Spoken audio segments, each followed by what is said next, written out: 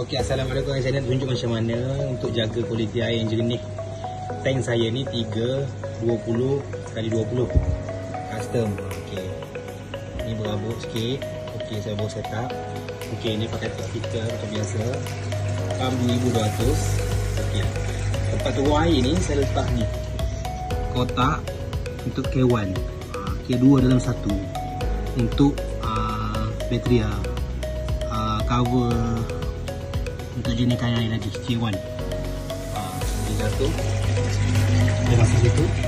Sebab kotak kaca custom dan tengok kan K1 akan berada kat situ. Sekarang perkongsian air, insyaAllah jernih. Tengok air